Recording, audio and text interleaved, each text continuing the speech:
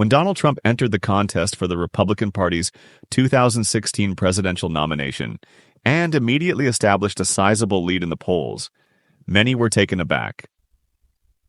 Who is Donald Trump, then? In Queens, New York, Donald John Trump was born in 1946. He has always been affluent. His father, Fred Trump, established a prosperous real estate development company in the New York region, which enabled him and his spouse, Mary McLeod, a Scottish immigrant, to establish their family in the posh Jamaica Estates neighborhood. Before his parents sent him to the New York Military Academy at the age of 13, Donald attended the private Kew Forest School there. Donald performed well and finally graduated from the University of Pennsylvania with a bachelor's degree in economics. Donald moved to Manhattan at the age of 25 and became more involved in the family business. But he and the company found themselves in hot water 2 years later when the Justice Department accused Trump management of breaking the Fair Housing Act by refusing to rent or negotiate rentals because of race and color. The business was nonetheless denounced as anti-black on the front page of the New York Times, even though Trump ultimately reached an out-of-court settlement. In 1974, Donald took over as president of the business, and after his father's investment, took on more ambitious projects in Manhattan, including selling the site to the city of New York, which was later transformed into the Javits Convention Center. He started his 15-year marriage to Ivana Zelničková, a Czech model and athlete, at this time. Their 1992 divorce was widely reported in the newspapers, and they established themselves as mainstays on the New York social scene. After straying on his first wife, Ivana, for 6 years, Donald married actress Marla Maples in 1993. By the end of the 1980s, he was deeply in debt due to poor business choices, including as his purchase of the Taj Mahal Atlantic City Hotel and Casino, which forced him to declare many companies bankrupt and cost his investors hundreds of millions of dollars.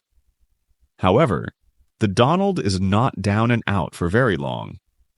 After his father passed away, he received an inheritance of almost $75 million, which helped him turn his fortunes around once more. Trump's name started to emerge on buildings and towers around the nation and the world by the early 2000s, including the one across the street from the UN headquarters, and skyscrapers in Chicago, Honolulu, and Toronto, although Fort Lauderdale, New Orleans, and Dubai projects were never finished. The Slovenian model Melania Knauss is Donald's third and current wife, whom he married in 2005. However, Trump's position as executive producer is what truly made him famous in America.